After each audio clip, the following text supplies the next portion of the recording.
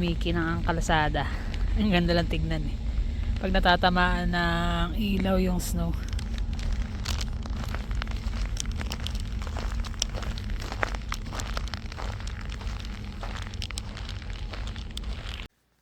Yan, kamusta na guys?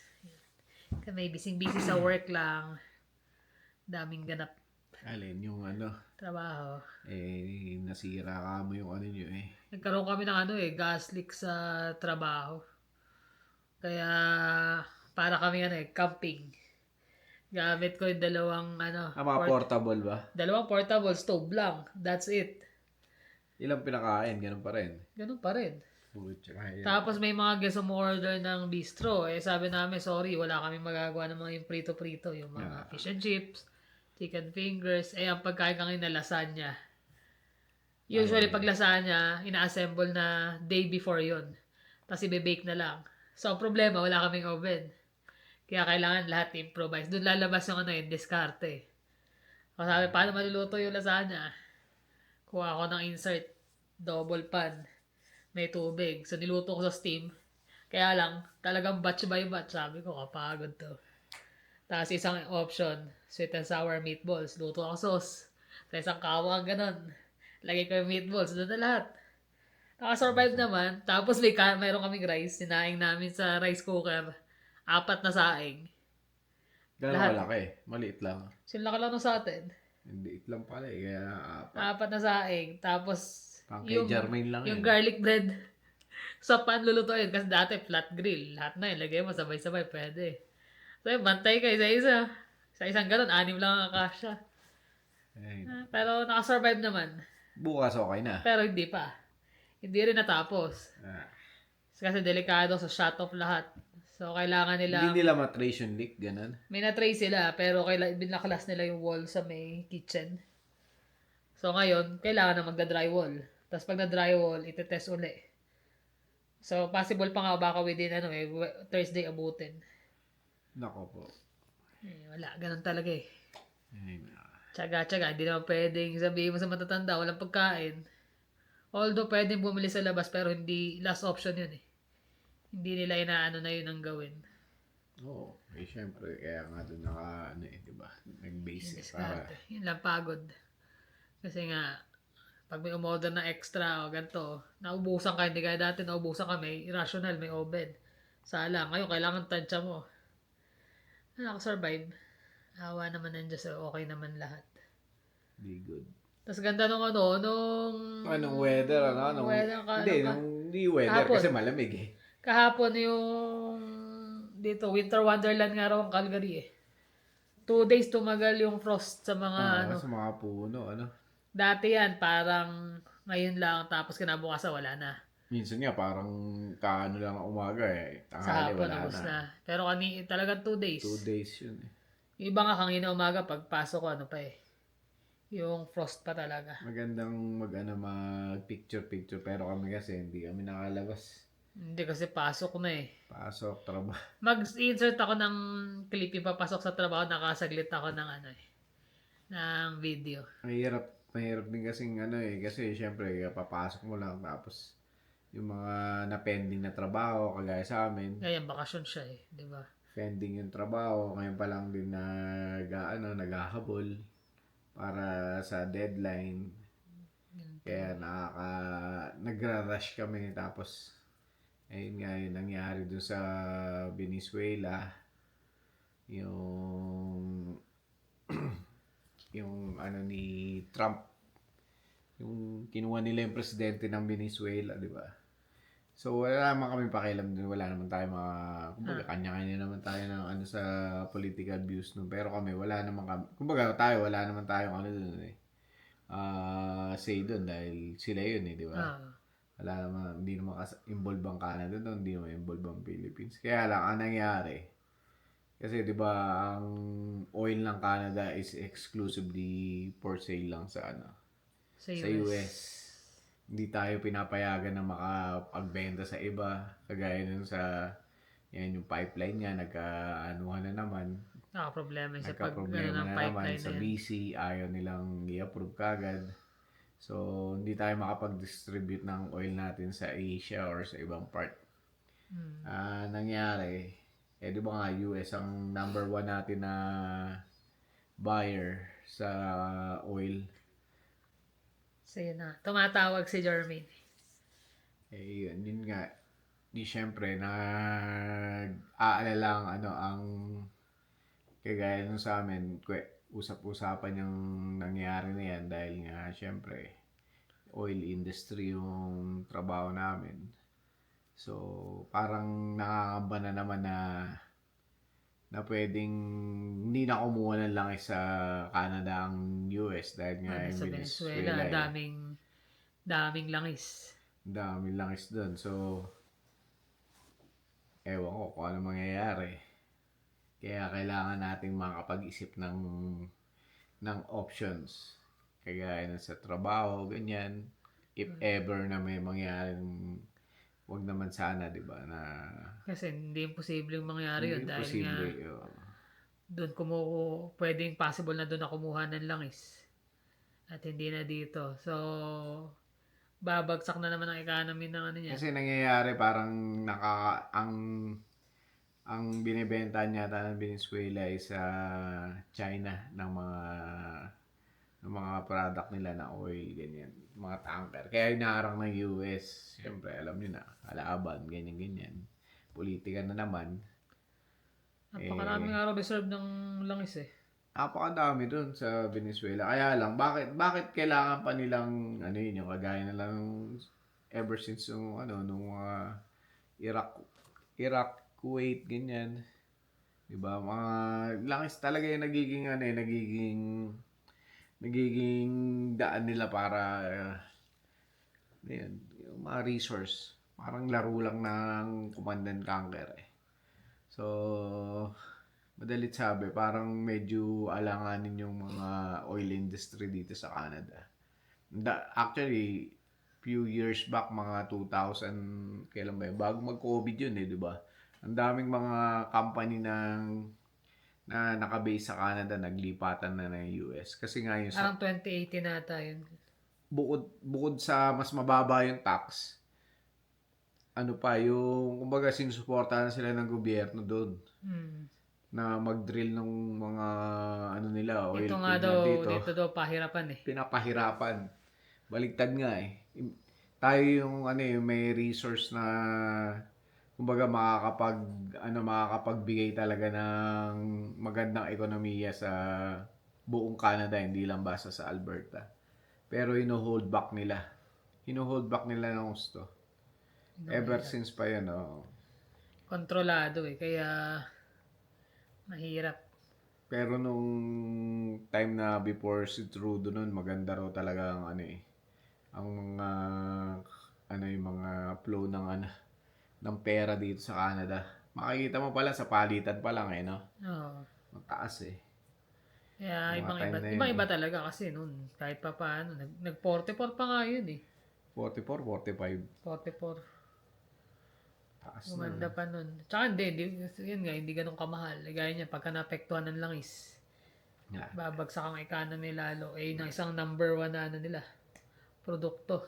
Kaya yun, isip-isip na naman ang mga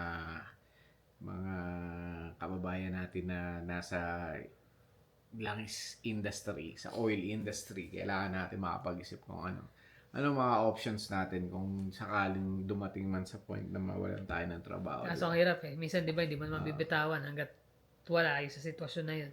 Oo, syempre. Pero syempre pag may darating, kailangan harapin. Hindi mo naman pwedeng hayaan mo na, wala pala walang trabaho, wala. Hanap na lang ulit, ganun talaga Parang lahat nag-iisip kung ano mga moves na gagawin ng US sa mga darating na araw Nakaabang Ay, nako. Ewan ko dito sa Canada, ano rin mangyayari pagka ganun. Paano na nga? Paano ang ekonomiya? Ngayon nga lang puro problema. Dagdag pa din yung mga local na mga problema. Siyempre, kawalan ng trabaho. Tapos yung gusto pang yung paghihiwalay ng Alberta sa isa pang issue uli yun. Which is mahirap panahin yung mga ganun. Mahirap yun. Mahirap malabo na mahirap. Pero kung kakayanin nila, kaya lang, syempre. Parang Paano, balik paano yung pera mo noon, paano yung mga papeles mo, citizenship mo nun. citizenship mo noon, Canadian ka ba o Albertan o ano?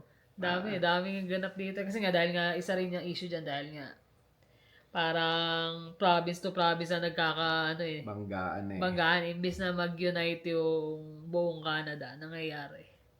Kanya-kanya. Gaya lang ng pipeline, di ba? Wala namang dagat ang ano. Tutusin, tatawid lang yan, province to province. Kinokontrol, merong umaayaw, merong may gusto, paano mangyayari? Tapos, pag pumayag naman yung mismong province, bigla may aalma na naman. Binabaliwalaan yung mga indigenous right namin, yung mga sacred ground namin. Kaya hindi hindi Hindi maging maayos. matapos-tapos. Pero pag nangyari nga na ganyan na wala nang babagsakan ng langis ang Canada Ano mangyayari? kailangan magkaisa kasi hindi po pwedeng ganun, di ba? Kailangan nilang pumayag sa mga kagustuhan ng Alberta na magkaroon na ng pipeline Dapat naman talaga. through BC tapos dagat na tanker. Yun Para talaga, export. makapaglabas na sa iba, hindi sa US lang. Meron kailangan option eh. Pero yun mga problema na nang nasa gobyerno. Mahirap. Nasana, pag nila, paglaanan ng pansin. Mahirap kumbaga sa totoo lang, mahirap na isipin na sasabihin mo, bakit ano ba ang pakialam nyo doon? Ano ba ang ano nyo doon? Ano ba implications sa inyo? Malaki implication sa atin na nandito sa Siguro iba hindi Alberta o nag-iisip sa kasi Canada. parang baliwala sa kanila yung mga ganun. Pero kasi kami, halos nanonood kami ng mga nangyayari, mga balita. Hindi doon sa yung haka-haka lang or ano. Kaya lang, syempre, malalaman mo kasi yung trabaho namin mismo provider kami ng mga equipment sa langis. Kaya alam Kung may namin. tatamaan, sila yon.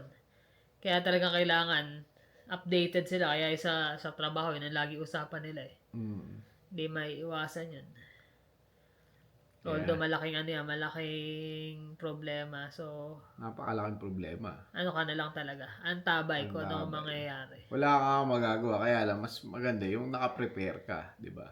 Sabi nga, maging maalam. Maging prepare ka doon sa Para alam mo pwede yung mangyari. pwede mangyari. Tsaka meron kang kasunod na plano para kung dumating man yon, at least ready ka. Hindi yung mabibigla ka, ano nangyari? Bakit gano'n? Bakit ganyan? So, kailangan updated ka, hindi lang yung nod ng kung ano-anong chika-chika. Kailangan updated ka sa nangyayari. Tsaka yung mga pwede mong isipin o gawin na paraan para kung mangyari man yun, di ba? Nakapag-prepare ka. Tapos ngayon nga, ayun. Si Jermaine, back to school na. Back to school. Kaya ang aming editor magiging busy na din. Kaya nga Kaya depende sa schedule niya. Kaya kung minsan walang vlog, walang hindi natin Kasi pangit ng schedule niya panggabi yung iba Meron siyang 2 subject. 2 oras sa tanghali. 3 oras ang break. May online pa. May merong 6 to 8 ng gabi. May merong online siya ng umaga. Umaga ba o gabi? Gaya ngayon, online siya ng tanghali. Tapos ngayon nasa school siya. Ng school ng gabi. And malayo-layo din ang bus 1 oras din. So, ngayon magkikita yung magkuya kasi nga malapit lang din naman ang work ni Jonas. Magkikita sila sa Phoenix. Tapos sabay na silang uuwi. Ay, na. Kaya mga busy na ang aming mga Junakis. Pero buti na lang Friday, wala siyang pasok sa school. Friday? Friday tsaka Sunday. Saturday meron? Saturday meron. Saturday, isang subject lang. Sa gabi pa. Sa gabi pa? Kaya nga sabi niya, pangit mami ng schedule ko. Kaya nga si Jonathan ako, walang kakwenta-kwenta schedule mo ngayon. Siguro sa dami ng student. Daming estudyante. Sa dami ng student, kaya lang pangit doon kasi ang lalayo ng gap. 2 hours, 3 hours. Kung uuwi ka, di pag dating mo sa bahay, balik ka na naman. So, kailangan niya mahanapan ng mapaglilibangan habang nasa school. Yeah, baka magtrabaho na lang kasi siya. Kaso part-time. Sabi ko nga, try mo magtanong sa student, parang baka meron silang makuha ng mga trabaho sa school. At least mas Kahit madali-dali, di ba? volunteer doon. Oo. Volunteer siya, student assistant o kung ano man. Para kahit papano, makatulong sa kanya yun ah. Ano rin yun, dagdag din sa Dagdag resume din. yun pag nagvo-volunteer. Kailangan marami, kahit sila bata pa lang, kailangan matuto na siya sa mga bagay-bagay. Ay, naka. Kaya yung problema talagang never ending yan eh. Ano naman. Lagi may problema, kaya lang syempre kailangan natin ng mga iba't ibang klaseng solusyon para doon sa mga problema yun. Correct. Nung nakaralad si Mami, iniintindi namin. Ngayon, iniintindi pa namin, kaya lang, mas nakakahinga na kami maluwag Kasi medyo ano na. nakikita na namin nag-i-improve yung ano niya. Kaya alam, syempre, dagdag, pa rin, di ba? Dagdag gastos dahil nga Ganun talaga. Kasi syempre, kailangan na ng mga... maraming kailangan na, nagda-diaper na siya. Dati hindi talaga nagda-diaper si Mami. Next na kapag ano pa talaga siya. Yun nga yung problema ngayon kasi ayaw niyang Magpo sa nakahiga. Gusto niya doon sa toilet talaga. Nagtatalo sila gusto niyang bumaba sa kama. Hindi naman pwede. Pero nakakaano rin siya, nakakaikot, nakakabaling-baling siya eh. Oo. Galing nga eh. Parang sabi na, parang hindi nabalian na yun. Kaya lang. Kasi nag-ano siya eh, yung kain niya talaga. Ayun ang malaking nakatulong sa kanya eh. Nakabawi siya doon sa Kain siya kain. prutas, kain siya ng kanin, tinapay. Lahat eh, hindi siya nagpipili na ayaw kumain. Hindi siya nawala ng gana, kumbaga.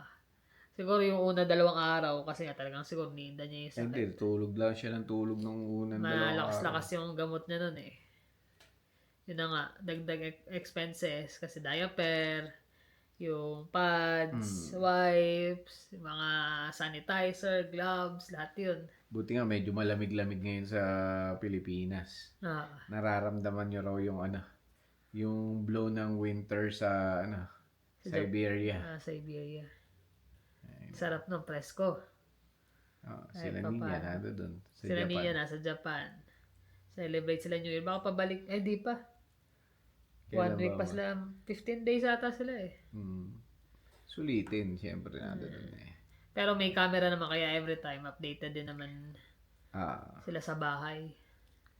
Kaya kung may kailangan, tapos yung mga caregiver talagang updated din sa kaka-message. Everyday parang meron 20 plus messages. Lagi rin na-update kami din sa vital signs niya. So, that's good na. At least nakaano kami doon.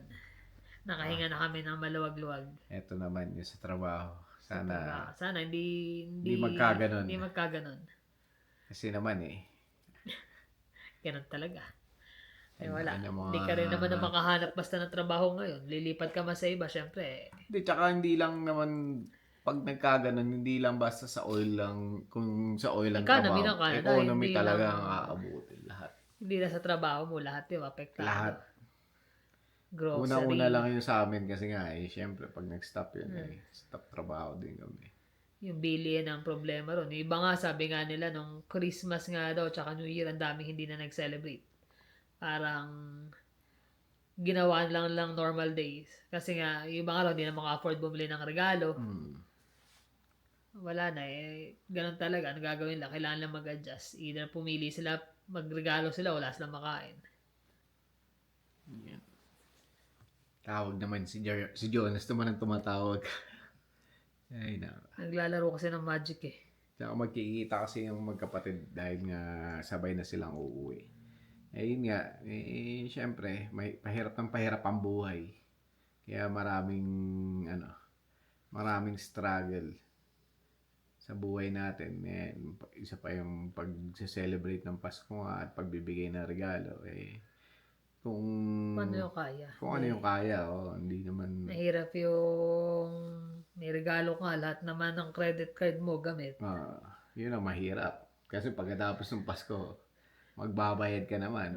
So, tipid-tipid na lang. Yung mga naman, mostly, maunawaan naman, lalo mga kaibigan na nireregaluhan. This time, medyo tight ang budget. Tsaka yung mga, syempre, yung mga kamag-anak natin sa Pilipinas na